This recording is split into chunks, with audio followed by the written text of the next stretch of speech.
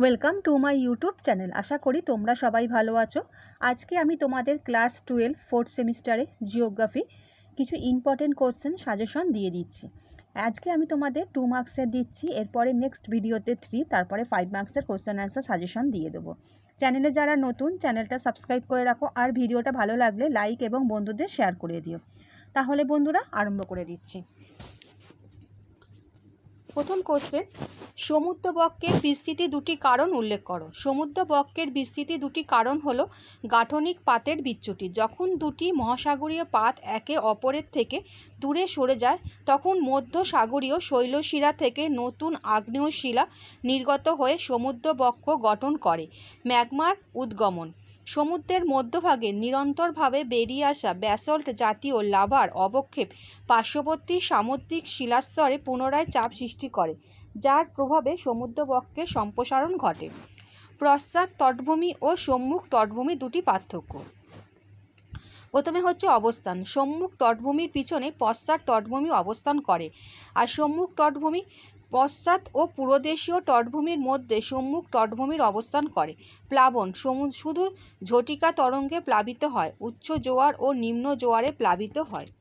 উপকূলীয় আবহাওয়ার ওপর সমুদ্রস্রোত কীভাবে প্রভাব বিস্তার করে। উপকূলীয় অঞ্চলে উষ্ণতা নিয়ন্ত্রণে সমুদ্র স্রোতের বিশেষ প্রভাব রয়েছে।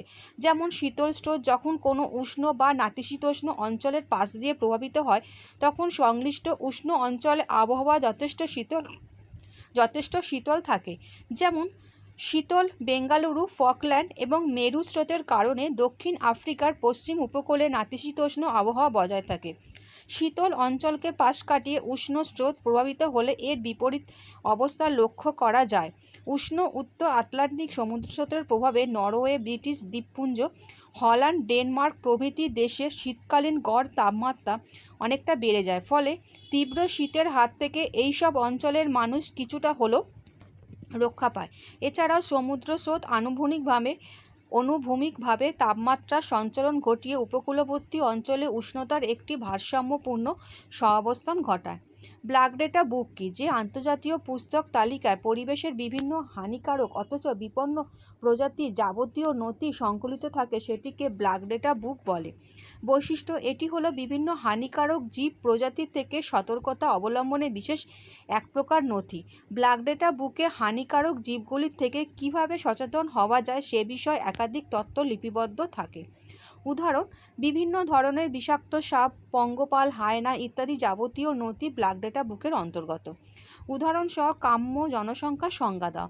কাম্য জনসংখ্যা বলতে কোনো অঞ্চল দেশের নির্দিষ্ট সময়ে সেই আদর্শ জনসংখ্যাকে বোঝায় যা ওই অঞ্চল বা দেশের কার্যকর জমি বা বিদ্যমান প্রাকৃতিক সম্পদের অনুপাতের সঙ্গে সামঞ্জস্যপূর্ণ হয়।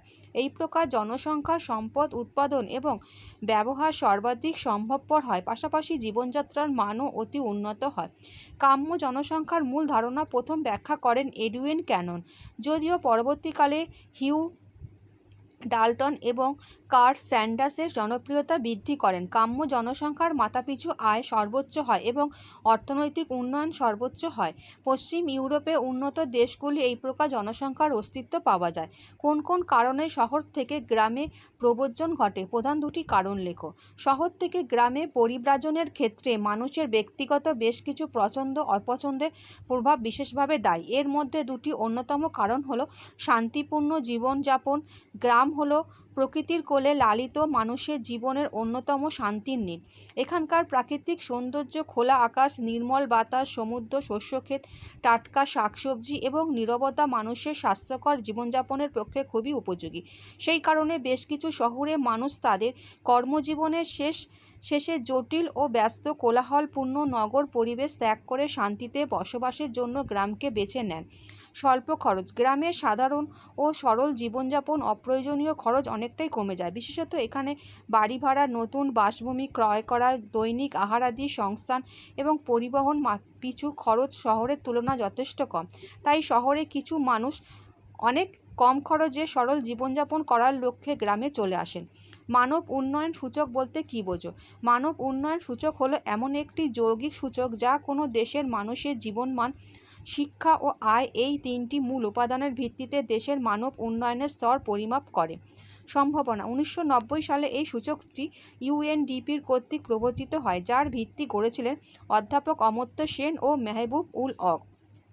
আধুনিক যোগাযোগ ব্যবস্থার কৃত্রিম উপগ্রহের গুরুত্ব মূল্যায়ন করো। আধুনিক যোগাযোগ ব্যবস্থা কৃত্রিম উপগ্রহের ভূমিকা অত্যন্ত গুরুত্বপূর্ণ। কৃত্রিম উপগ্রহ ছাড়া বর্তমান বিশ্বের যোগাযোগ ব্যবস্থা প্রায় অচল। নিচে এর প্রধান ভূমিকা সংক্ষেপে আলোচনা করা হলো। সম্প্রচার মাধ্যম। কৃত্রিম উপগ্রহের মাধ্যমে টেলিভিশন ও রেডিও সম্প্রচার সারা বিশ্বে ছড়িয়ে দেওয়া সম্ভব হয়েছে।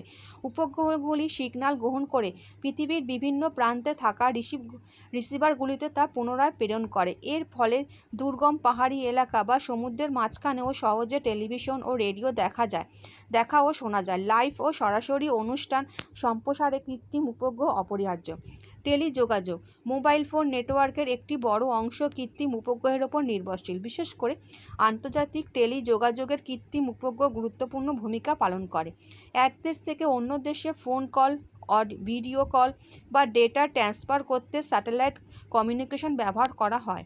পশ্চিমবঙ্গে আর্সেনিক দূষণের মূল কারণ দুটি লেখো। আর্সেনিক আসলে একটি রাসায়নিক উপাদান যা মাটি, শিলা এবং ভূগর্ভস্থ জলে প্রাকৃতিকভাবে থাকে। যখন ভূগর্ভস্থ জলে আর্সেনিকের ঘনত্ব বিশ্ব স্বাস্থ্য সংস্থা কর্তৃক নির্ধারিত মাত্রা বা সংশ্লিষ্ট দেশের নিরাপদ মাত্রার চেয়ে অনেক বেশি হয়ে যায়, তখন সেই জলকে আর্সেনিক দূষিত জল বলা হয় এবং এই অবস্থাকে আর্সেনিক দূষণ বলে। যেমন পশ্চিমবঙ্গের মতো গাঙ্গেয় অববাহিকার বিভিন্ন অঞ্চলে ভূগর্ভস্থ জল আর্সেনিক দূষণের শিকার। কারণ ভূগর্ভে থাকা আর্সেনিকযুক্ত শিলা যেমন আর্সেনোপারাইট মানবসৃষ্ট উৎসের মধ্যে কিছু কিছু কারখানা যেমন চামড়া শিল্প, খনিজ, কীটনাশক ও রাসায়নিক সার উৎপাদনকারী কারখানা থেকে নির্গত আর্সেনিকযুক্ত বজ্র। সুন্দরবন অঞ্চলে মানুষ বন্যপ্রাণীর সহাবস্থানের ক্ষেত্রে মূল বাধাগুলি কী কী? সুন্দরবন অঞ্চলে মানুষ বন্যপ্রাণীর সহাবস্থানের ক্ষেত্রে মূল বাধাগুলি হলো আবাসস্থল বনের সংকোচন। সুন্দরবন অঞ্চলে জনসংখ্যা বৃদ্ধির সাথে সাথে মানুষের বসতি, কৃষিজমি এবং অন্যান্য কাঠামোর সম্প্রসারণ ঘটছে। এর ফলে বন্য প্রাণীদের প্রাকৃতিক আবাসস্থল সংকুচিত হচ্ছে। খাবারের সন্ধানে বা নিজেদের এলাকা খুঁজে নিতে বন্যপ্রাণীরা প্রায়শই লোকালয়ে চলে আসে, যা সংঘাতের মূল কারণ। বিশেষ করে ঘূর্ণিঝড় সিডার, আয়লা, আমফান এর মতো ঘূর্ণিঝড় জলোচ্ছ্বাসে সুন্দরবনে বড় অংশ ক্ষতিগ্রস্ত হওয়া বন্যপ্রাণীদের খাদ্য ও বাসস্থানের সংকট আরও বেড়েছে। বনের ওপর নির্ভরশীলতা। সুন্দরবনের আশেপাশের দরিদ্র মানুষগুলি তাদের জীবিকার জন্য বনের ওপর সরাসরি নির্ভরশীল। মানুষ ও কাঁকড়া ধরা, মধু সংগ্রহ, কাঠ, গোলপাতা সংগ্রহ তাদের প্রধান পেশা। এই পেশাগুলির জন্য তাদের বনের গভীরে প্রবেশ করতে হয়, যেখানে বন্যপ্রাণীদের সাথে তাদের মুখোমুখি হওয়ার সম্ভাবনা থাকে। হটস্পট কি? ভূত্বকের নিচে অতিমাত্রায় তেজস্ক্রিয় পদার্থযুক্ত সর্বাধিক উত্তপ্ত স্থান থেকে অতি সক্রিয় ম্যাগমা স্রোত উঠে আসে। একেই হটস্পট বলে। এই হটস্পটগুলি আগ্নেয়গিরির সৃষ্টিস্থল। যেমন হাওয়াই দ্বীপপুঞ্জ একাধিক সক্রিয় হটস্পট রয়েছে। পাঁচ সীমানা অঞ্চলে সর্বাধিক ভূমিকম্প ঘটে কেন? সীমানা অঞ্চলে দুটি ভূত্বকীয় পাত একে অপরের দিকে সংঘর্ষ করে দূরে সরে যায় বা পাশ ঘেঁষে সঞ্চালিত হয়। এই চলাচলের সময় পাতগুলির মধ্যে ঘর্ষণ ও চাপ হতে থাকে।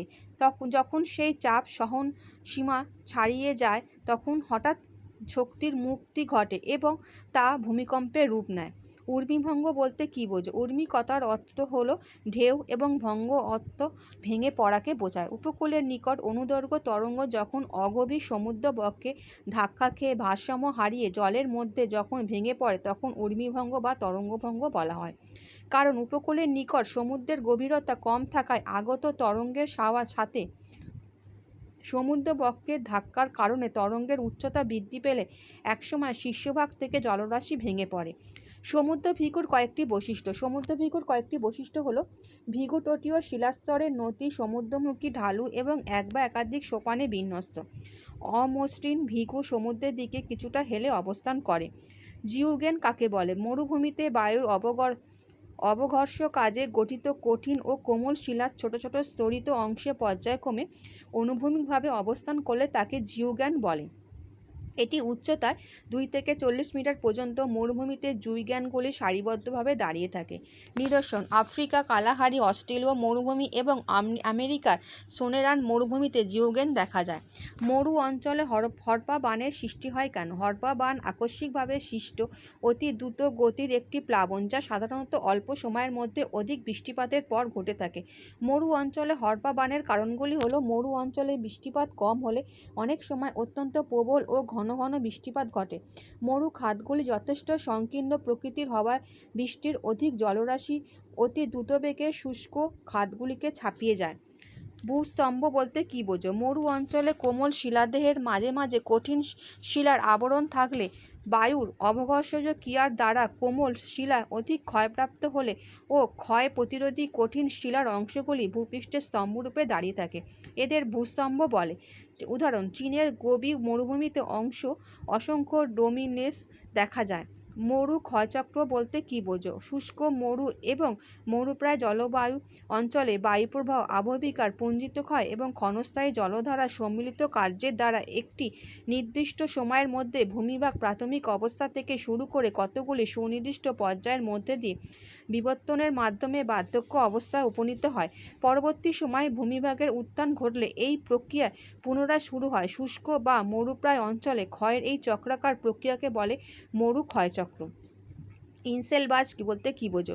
মরু ক্ষয়চক্রের বার্ধক্য পর্যায়ে গঠিত মরু সমবায় ভূমি বা পেরিপ্লেনের ওপর যে কোনো কঠিন ক্ষয় প্রতিরোধী শিলার দ্বারা গঠিত কিছু ঢিলা বা ঢিপি মাথা উঁচু করে দাঁড়িয়ে থাকে তাদের ইনসেলবাজ বলে, যথা অস্ট্রেলিয়ার আয়ার। বৈশিষ্ট্য: মরু ক্ষয়চক্রের অন্তিম পর্যায়ে ইনসেলবাজ গঠিত হয়। এটি একটি ক্ষয় প্রতিরোধী অবশিষ্ট ভূমিরূপ। এর উচ্চতা খুব বেশি হয় না এবং মস্তকভাগ চ্যাপ্টা বা গোলাকার হয়। নদী মঞ্চ কাকে বলে? পুনর্যৌবন লাভের ফলে নদীর শক্তি বৃদ্ধি পায়, ফলে নিম্নক্ষর বেড়ে যায়। এই মতো অবস্থায় নদী পূর্বের উপত্যকায় প্রশস্ত প্লাবনভূমির মধ্যে নতুন করে কেটে বসে যায় এবং পুরাতন পরিত্যক্ত প্লাবনভূমি দুই পার্শ্বে কিছুটা ওপরে মঞ্চ বা সোপানের ন্যায় অবস্থান করে। একে নদী মঞ্চ বলে। বৈশিষ্ট্য: এটি নদীর দুই পার্শ্বে মঞ্চ বা সিঁড়ি বা সোপানের ন্যায় অবস্থান করে। একাধিক ক্ষয়চক্রের অধীন হলে একাধিক নদী মঞ্চের সৃষ্টি হয়। ঘূর্ণবাত বলতে কী বোঝো? ভূপৃষ্ঠের কোনো স্বল্প পরিসর স্থানে বায়ুমণ্ডলীয় তাপমাত্রা হঠাৎ বৃদ্ধির ফলে শক্তিশালী নিম্নচাপ কেন্দ্র সৃষ্টি হয়। এই নিম্নচাপকে কেন্দ্র করে বাইরের অপেক্ষাকৃত উচ্চ চাপযুক্ত স্থানের বায়ুর উত্তর গোলার্ধে ঘড়ির কাঁটার বিপরীত দিকে এবং দক্ষিণ গোলার্ধে ঘড়ির কাঁটার দিকে ঘুরতে ঘুরতে এই নিম্নচাপ অঞ্চলের দিকে দ্রুতবেগে প্রবাহিত হলে তাকে ঘূর্ণবাত বলে। বৈশিষ্ট্য: ক্রান্তীয় ও নাতিশীতোষ্ণ মণ্ডলে সৃষ্টি হয়। শক্তিশালী নিম্নচাপ ঘূর্ণবাতকে ত্বরান্বিত করে। বাতাসের গতিবেগ প্রবল থাকে। ঝড়, ঝঞ্ঝা, বজ্রবিদ্যুৎ সহ বৃষ্টিপাত হয়। ফ্রন্টোজেনেসিস কাকে বলে? ফ্রন্টোজেনেসিস হলো এমন একটি প্রক্রিয়া যার দ্বারা দুটি ভিন্ন তাপমাত্রা ও ঘনত্বের বায়ুস্তরের মধ্যে স্পষ্ট পার্থক্য তৈরি হয় এবং একটি বায়ুপ্রাচীর সৃষ্টি হয়। এক কথায় বায়ু প্রাচীর সৃষ্টির প্রক্রিয়াকে ফ্রন্টোজেনেসিস বলে। বৈশিষ্ট্য: দুটি বিপরীতধর্মী বায়ুপ্রবাহ কাছাকাছি আসলে এর সৃষ্টি হয়। তাপমাত্রা দ্রুত পার্থক্য ঘটে। মেঘ গঠন, বৃষ্টি, বজ্র, ঝড় হতে পারে। ব্যারোক্লিনিক ও ব্যারোট্রপিক অবস্থা বলতে কী বোঝো? ব্যারোক্লিনিক অবস্থা নাতিশীতোষ্ণ ঘূর্ণবাতের অনেক সময় সমোষ্ণ রেখা এবং সমপ্রেস বা সমচাপ রেখাগুলি পরস্পরকে ছেদ করে। একে ব্যারোক্লিনিক অবস্থা এবং এখানকার বায়ুরাশিগুলিকে ব্যারোক্লিনিক সীমান্ত বা ব্যারোক্লিনিক ফ্রন্ট বলে। ব্যারোট্রপিক অবস্থা নাতিশীতোষ্ণ ঘূর্ণবাতে সাধারণত সমোষ্ণ রেখা এবং সমপ্রেস রেখাসমূহ পরস্পরের দিক থেকে পরস্পরের সঙ্গে সমান্তরালে অবস্থান করলে সেই অবস্থাকে ব্যারোট্রপিক অবস্থা বলা হয়। এতে বায়ুমণ্ডলে শান্তভাব বজায় থাকে। কোপেনের শ্রেণীবিভাগ AW এবং BC জলবায়ুর বৈশিষ্ট্য কী? AW ক্রান্তীয় সাভানা জলবায়ু বৈশিষ্ট্যগুলি হল: বার্ষিক গড় তাপমাত্রা বেশি থাকে, সুস্পষ্ট শীতকাল ও গ্রীষ্মকালের উপস্থিতি আছে। শীতকালে অল্প এবং গ্রীষ্মকাল তুলনামূলক বেশি বৃষ্টিপাত ঘটে। উষ্ণতা বেশি থাকায় বাষ্পীভবন যথেষ্ট ঘটে।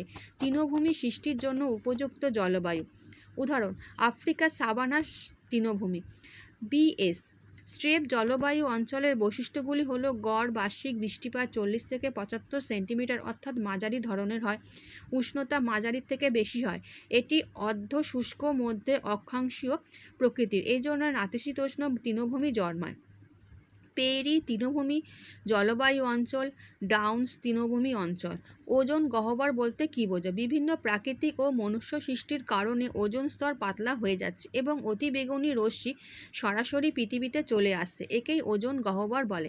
সাধারণভাবে ওজোন গ্যাসের ঘনত্ব 200 ডবসন ইউনিটের নিচে নামে গেলে তাকে ওজোন গহ্বর বলে। বিজ্ঞানী জো ফারম্যান ও তার সহযোগীরা 1985 সালে আন্টার্কটিকা মহাদেশের ওপর ওজোন গহ্বরের প্রথম সন্ধান পান। সাধারণত বসন্তকালে ওজোন গহ্বর অধিক সৃষ্টি হতে দেখা যায়। সামুদ্রিক স্রোত কীভাবে মগ্নচড়ার গঠনে সহায়তা করে?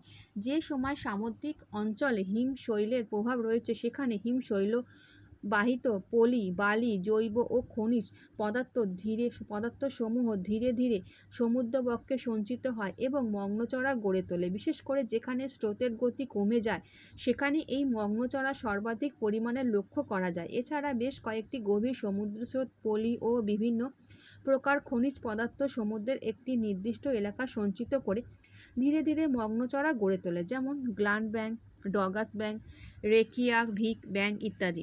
ভারত মহাসাগরের সমুদ্রস্রোতকে ঋতু পরিবর্তন কীভাবে প্রভাবিত করে? ঋতুভিত্তিক মৌসুমি বায়ুর পরিবর্তন ভারত মহাসাগরের স্রোতের অভিমুখ পরিবর্তনে বিশেষ ভূমিকা নিয়ে থাকে। যেমন গ্রীষ্মকালীন সমুদ্রস্রোত, এই সময় দক্ষিণ পশ্চিম মৌসুমি বায়ুর প্রভাবে ভারত মহাসাগরের উত্তরাংশের স্রোতগুলি উত্তর পূর্বমুখী হয়ে ওঠে, যাকে সাউথ ওয়েস্ট মনসুন কারেন্ট বলে। শীতকালীন সমুদ্রস্রোত, এই সময় উত্তর পূর্ব মৌসুমি বায়ুর প্রভাবে ভারত মহাসাগরীয় স্রোত দক্ষিণ পশ্চিমমুখী হয়ে পড়ে, যা নর্থ ইস্ট মনসুন কারেন্ট নামে পরিচিত। প্রশান্ত মহাসাগরে প্রধান উষ্ণ ও শীতল স্রোতগুলির নাম উল্লেখ করো। প্রশান্ত মহাসাগরে উষ্ণ স্রোতসমূহ: উত্তর নিরক্ষীয় স্রোত, কুরেশীয় স্রোত, উত্তর প্রশান্ত মহাসাগরীয় স্রোত, দক্ষিণ প্রশান্ত মহাসাগরীয় স্রোত, পূর্ব অস্ট্রেলীয় স্রোত। প্রশান্ত মহাসাগরের শীতল স্রোতসমূহ: ক্যালিফোর্নিয়া স্রোত, বেরিং স্রোত, কামচাটকা স্রোত, ওরাসিয়া স্রোত, কুমেরু স্রোত, পেরু স্রোত। পৃথিবীতে জীববৈচিত্র্য কেন এত গুরুত্বপূর্ণ? পৃথিবীতে জীববৈচিত্র্য বিশেষভাবে গুরুত্বপূর্ণ কারণ সমগ্র পৃথিবীতে জীববৈচিত্র্য মানেই মানুষের খাদ্য, আশ্রয়, পথ্য, জীবিকা, এমনকি পরিবেশের ভারসাম্য রক্ষার গুরুত্বপূর্ণ ভিত্তি। পৃথিবীতে প্রায় প্রত্যেক জীবের ক্ষেত্রে জীবনের প্রাথমিক ভিত্তি জীববৈচিত্র্য কেন্দ্রিক। জীববৈচিত্র্যের উপর নির্ভর করে কৃষি, পশুপালন, বনজ সম্পদ, মৎস্য, শিল্প ইত্যাদি কোটি কোটি মানুষের জীবিকা এইসবের সঙ্গে জড়িত। বিভিন্ন জাতিগোষ্ঠী, ধর্ম, সংস্কৃতি, উৎসব, শিল্পকলা, লোকগাথা ইত্যাদি জীব জগৎ ও প্রকৃতির সঙ্গে সম্পর্কিত। এন্ডেমিক প্রজাতির গুরুত্ব উল্লেখ করো। এন্ডেমিক প্রজাতি কোনো একটি অঞ্চলের নিজস্ব জীববৈচিত্র্যের প্রতীক, তাই এটি বিভিন্ন কারণে গুরুত্বপূর্ণ। যেমন সমস্ত এন্ডেমিক প্রজাতি কোনো একটি অঞ্চলের বিশেষ প্রাকৃতিক পরিচয় তৈরি করে। এরা স্থানীয় খাদ্য শৃঙ্খল ও বাস্তুতান্ত্রিক স্থিতিশীলতা বজায় রাখতে সাহায্য করে। এটি ভবিষ্যতে জিন ভাণ্ডার অক্ষুণ্ণ রাখতে কৃষি, চিকিৎসা ও গবেষণার সুযোগ তৈরি করে। বয়স, লিঙ্গ কাঠামো বা বয়স লিঙ্গ পিরামিড কাকে বলে? কোনো দেশের মোট জনসংখ্যাকে বয়স এবং লিঙ্গানুসারে শ্রেণীবদ্ধ করে যে শঙ্কু বা পিরামিডের আকৃতির কাঠামো পাওয়া যায়, তাকে বয়স লিঙ্গ কাঠামো বা বয়স লিঙ্গ পিরামিড বলে। এর উল্লম্ব অক্ষে বয়স এবং অনুভূমিক অক্ষের ডান দিকে স্ত্রী জনসংখ্যা এবং বাম দিকে পুরুষ জনসংখ্যা দেখানো হয়। ভারতে খাদ্য প্রক্রিয়াকরণ শিল্পের উন্নতি দুটি কারণ বিশ্লেষণ করো। ভারতের খাদ্য প্রক্রিয়াকরণ শিল্পের উন্নতির দুটি অন্যতম কারণ হলো কাঁচামালের সহজলভ্যতা। বৈচিত্র্যপূর্ণ জলবায়ুর কারণে ভারতে বিভিন্ন উচ্চ ফলনশীল শস্য উৎপাদিত হয়। একসাথে মৎস্য আহরণ ও পশুপালন ভারতে শীর্ষস্থান অধিকার করে। ফলত কৃষিজাত শস্য, ফল, সবজি, মশলা, দুগ্ধজাত পণ্যের বিপুল উৎপাদন ভারতের খাদ্য প্রক্রিয়াকরণ শিল্পের উন্নতি ঘটিয়েছে। বাজারের চাহিদা: ভারতে ভারত পৃথিবীর দ্বিতীয় জনবহুল দেশ। ভারতের অভ্যন্তরীণ বাজারে এই শিল্পে ব্যাপক চাহিদা রয়েছে। পণ্যজাত দ্রব্যের ক্রমবর্ধমান চাহিদা এই শিল্পে বিপুল আর্থিক বিনিয়োগে ঘটিয়েছে। ফলস্বরূপ ভারত এই শিল্প প্রভূত বিকাশ লাভ করেছে। পেট্রো রসায়ন শিল্পকে উদীয়মান শিল্প বলা হয় কেন? উদীয়মান শিল্প বলতে এমন একটি শিল্পকে বোঝায় যা অতি দ্রুত বৃদ্ধি পাচ্ছে এবং ভবিষ্যতে যার প্রভূত উন্নতির সম্ভাবনা আছে। পেট্রো রসায়ন শিল্পের ক্ষেত্রে এইরূপ বৈশিষ্ট্যগুলি বিশেষভাবে চোখে পড়ে। যেমন পেট্রো রসায়ন শিল্পে উৎপাদিত প্লাস্টিক পলিমারের বিশ্বব্যাপী চাহিদা আছে। এর পাশাপাশি রাসায়নিক সার, কৃত্রিম তন্তু, সিনথেটিক রাবার, পেইন্ট, ডিটারজেন্ট, বিভিন্ন ওষুধপত্র এবং আরও অনেক নিত্য প্রয়োজনীয় দ্রব্যের কাঁচামাল এই শিল্প সরবরাহ করে। প্রতিনিয়ত নতুন প্রযুক্তি এবং আবিষ্কারের দ্বারা এই শিল্পে আরও বিভিন্ন পণ্য উৎপাদিত হচ্ছে, নতুন কারখানা স্থাপিত হচ্ছে, পুরানো কারখানাগুলোর আধুনিকরণ হচ্ছে, সর্বোপরি এর প্রসার বাড়ছে। এই সময় কারণে পেট্রো রসায়ন শিল্পকে উদীয়মান শিল্প বলা হয়ে থাকে। জলবিন্দু বসতি বলতে কী বোঝো? যে সমস্ত বসতি ভৌমজলের নিকটস্থ ঝর্ণা, কূপ বা কোনো মরুদ্যান অঞ্চলে আশেপাশে শুধু জলের সহজলভ্যতায় গড়ে ওঠে তাকে জলবিন্দু বসতি বলে। বৈশিষ্ট্য: মূলত শুষ্ক বা আধা শুষ্ক অঞ্চলে এই ধরনের বসতি গড়ে ওঠে। কৃষিকাজ, গৃহস্থালী ও জীবিকা নির্বাহের জন্য এই বসতি অঞ্চলে জল সহজে পাওয়া যায়। রাজস্থানের মরু অঞ্চলে বা মধ্যপ্রাচ্যের মরুভূমিতে গভীর কূপের আশেপাশে গড়ে ওঠা গ্রাম বা শহর এই প্রকৃতি। ধাপ চাষ কি? ধাপ চাষ হলো পাহাড়ি বা ঢালু জমিতে চাষ করার একটি বিশেষ পদ্ধতি। এই পদ্ধতিকে পাহাড়ের ঢালকে সিঁড়ির ধাপের মতো কেটে সমতল ভূমি তৈরি করা হয়। এই ধাপগুলি মাটির ক্ষয়রোধ করতে এবং বৃষ্টির জল ধরে রাখতে সাহায্য করে। হিমালয়ের ঢালু জমি, জঙ্গলমহলের বেশ কিছু স্থানে এই কৃষি পদ্ধতি প্রচলিত রয়েছে। ধাপ চাষের প্রধান উদ্দেশ্যগুলি হলো ভূমির ক্ষয়রোধ করা, জমিতে সেচের জন্য বৃষ্টির জল ধরে রাখা, ঢালু জমিতে চাষাবাদ সম্ভব করা প্রভৃতি। আচ্ছা বন্ধুরা, আশা করি আজকে তোমাদের যে জিওগ্রাফির কোশ্চেন অ্যান্সার দিলাম তোমরা বুঝতে পেরেছো।